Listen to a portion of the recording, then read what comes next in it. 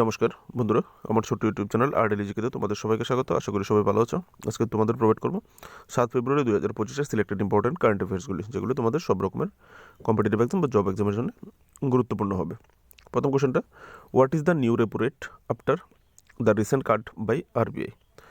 সম্প্রতি আরবিআই দ্বারা repo rate কমানোর পরেও নতুন রেপো রেট এখন কত করা হয়েছে জিজ্ঞেস করা হয়েছে। আনসারটা হবে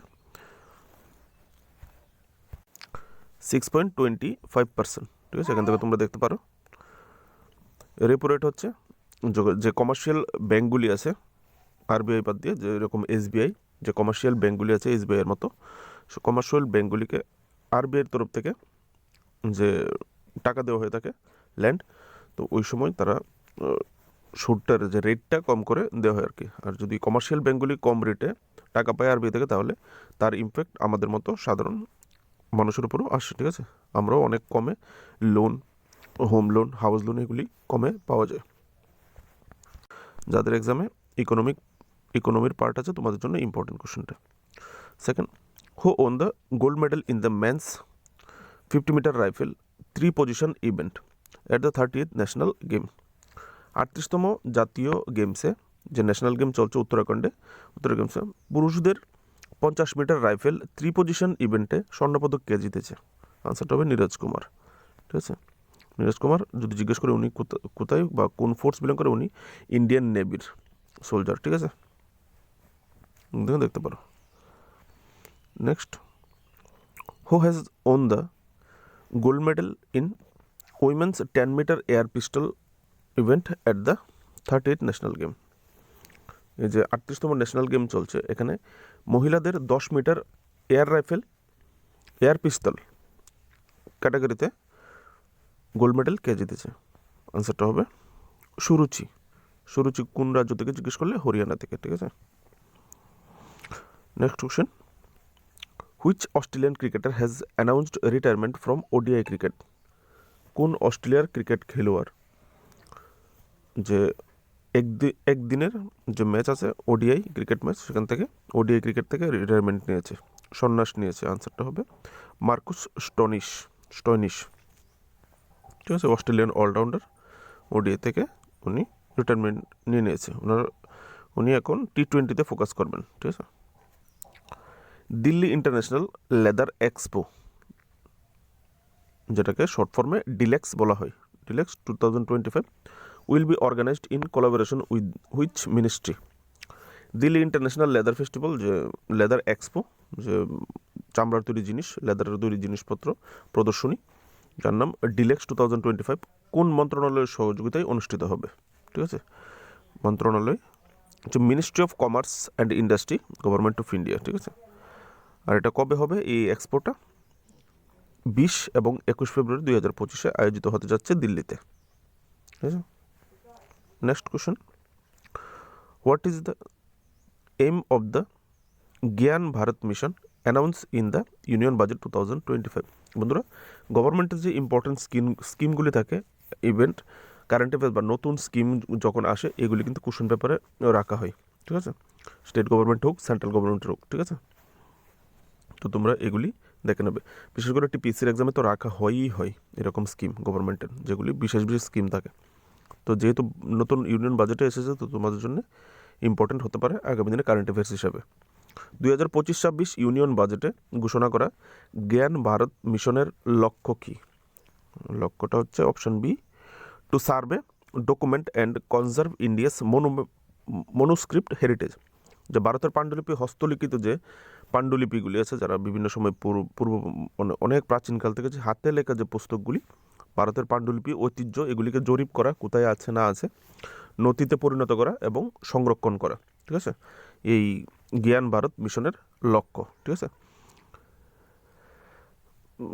অনুমানিক যে ধারণা, সেটা 1 কোটিরও বেশি এই রকমের মনুস্ক্রিপ্ট সারা ভারতের আছে বিভিন্ন জায়গায়। এগুলিকে সংরক্ষণ করে, এই মিশনের লক্ষ্য হচ্ছে এগুলিকে সংরক্ষণ করে কোথায় রাখা, একটা ইনস্টিটিউশন। এগুলি কোথায় পাওয়া যাবে? Lying in the academic institution, museum, library এবং প্রাইভেট কালেক্টার্স, বিভিন্ন জায়গায় এগুলি ছড়িয়ে আছে। আর এগুলিকে কালেক্ট করে একটা মিউজিয়ামে বা কোথাও সংরক্ষণ করা।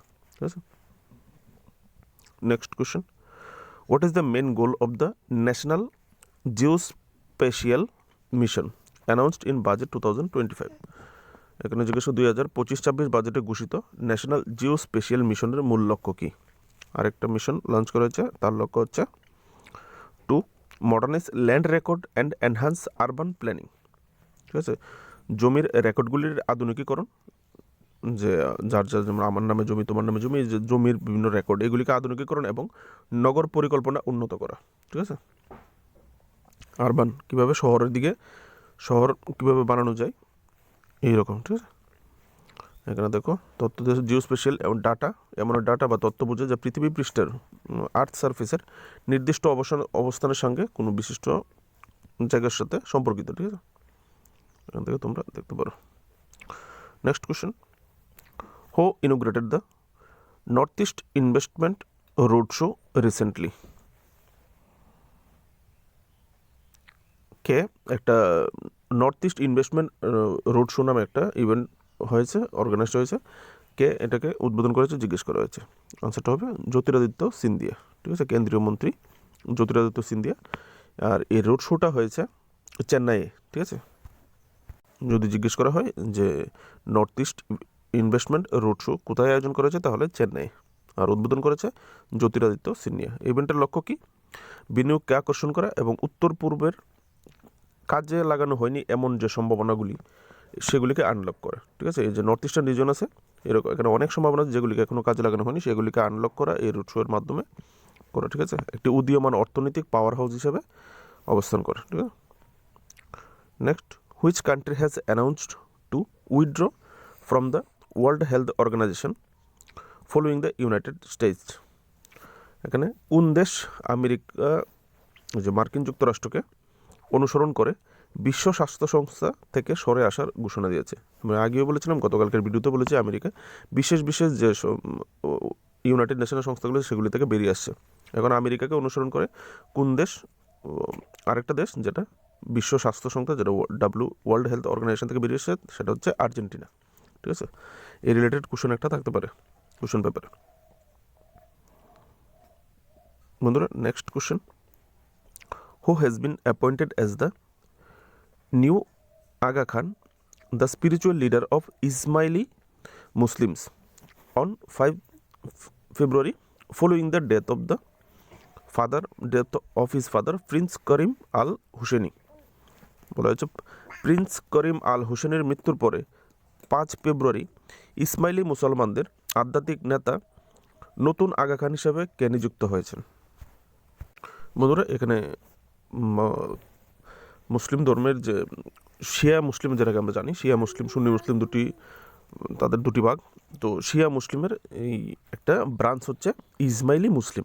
তো তাদের স্পিরিচুয়াল লিডার যে ছিলেন নাম হচ্ছে প্রিন্স করিম আল হুসেনি। ওনার মৃত্যুর পরে যে নেক্সট যে স্পিরিচুয়াল লিডার হয়েছেন সেটাই জিজ্ঞেস করেছে। স্পিরিচুয়াল লিডার, তাদের যে স্পিরিচুয়াল লিডার সেটাকে আগা খান নামে পরিচিত।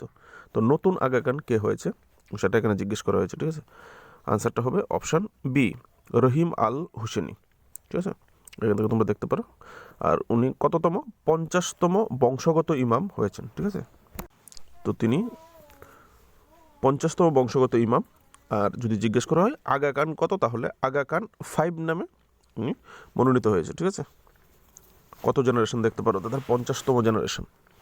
আর এটা বংশগতভাবেই আসছে এই যে পদটা। ঠিক আছে, ভেরি ভেরি ইম্পর্টেন্ট একটা কোশ্চেন তোমাদের জন্য হতে পারে এই কোশ্চেনটা। ঠিক আছে, NSDC international academy has been ইনোগ্রেটেড at dash dash dash. NSDC আন্তর্জাতিক একাডেমি উদ্বোধন করা হয়েছে, কোথায় উদ্বোধন করা হয়েছে? আনসারটা হবে গ্রেটার নয়ডা। গ্রেটার নয়ডাতে এই এনএসডিসির উদ্বোধন করা হয়েছে। এর মানে হচ্ছে এনএসডিসির ফুল ফর্ম হচ্ছে ন্যাশনাল স্কিল ডেভেলপমেন্ট কর্পোরেশন। ঠিক আছে, আর এই আন্তর্জাতিক মানের এনএসডিসি সেন্টার খোলা হয়েছে গ্রেটার নয়ডাতে। খোলার লক্ষ্য হচ্ছে যে ফরেন জব, যারা বিদেশে যারা চাকরি করতে ইচ্ছুক, চাকরি করতে চায়, ওই রকম স্টুডেন্টস এখানে তৈরি করা। ঠিক আছে, আর এটা কে ইনোগ্রেশন করে জিজ্ঞেস করলে it was inaugurated on Thursday by union minister Jayant Chowdhury. ঠিক আছে বন্ধুরা, এটা আমার আরেকটা ইউটিউব চ্যানেল যেখানে 11,900 মতো সাবস্ক্রাইবার আছে, স্টেট জব চ্যানেলটার নাম। এখানে তোমাদের যদি জব নোটিফিকেশান লাগে তোমরা ত্রিপুরার বাইরে যদি সেন্ট্রালের বিভিন্ন রকম জব তোমরা করতে চাও তাহলে তোমাদের জন্য ভালো একটা চ্যানেল। আমি এখানে ডেইলি 3টা ভিডিও বানিয়ে থাকি, কন্টেন্টগুলি হিন্দিতে করে থাকি ন্যাশনাল বেসিস, ঠিক আছে? তো তোমরা গিয়ে দেখতে পারো, ভালো ভালো নোটিফিকেশান এসছে, দেখতে পারো ভালো ভালো নোটিফিকেশান। কালকে ইন্ডিয়ান নেভিতে একটা এসএসসি অফিসারের নোটিফিকেশান এসছে, 210টা পোস্ট, রাত্রে করেছিলাম ভিডিওটা, ঠিক আছে? গুয়াহাটি আইকেটে একটা রিক্রুটমেন্ট হচ্ছে, এটা তোমাদের জন্য নয়।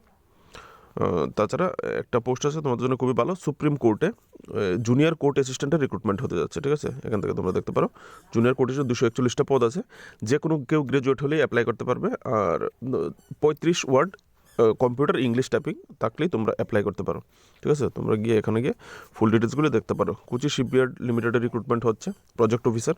তোমরা এরকম অনেক সেন্ট্রাল ইনস্টিটিউশন আছে যেগুলিতে সেন্ট্রাল গভর্নমেন্টের চাকরি তোমরা করতে পারবে, ঠিক আছে?